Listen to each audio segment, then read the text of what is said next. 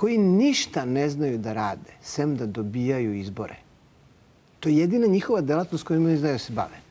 Znaju da organizuju glasače, možda su i neki džakčići se pojavi ispred Skupštine.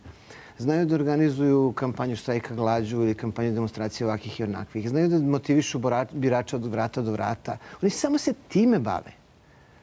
Sve ostalo što treba se desi pošto dobiju izbore, oni momentalno pretvore u novu izbornu kampanju zato što će ta kampanja pokriti činjenicu da oni ne znaju da vode zdravstvo, prosvetu, vojsku, policiju, šta god hoćeš.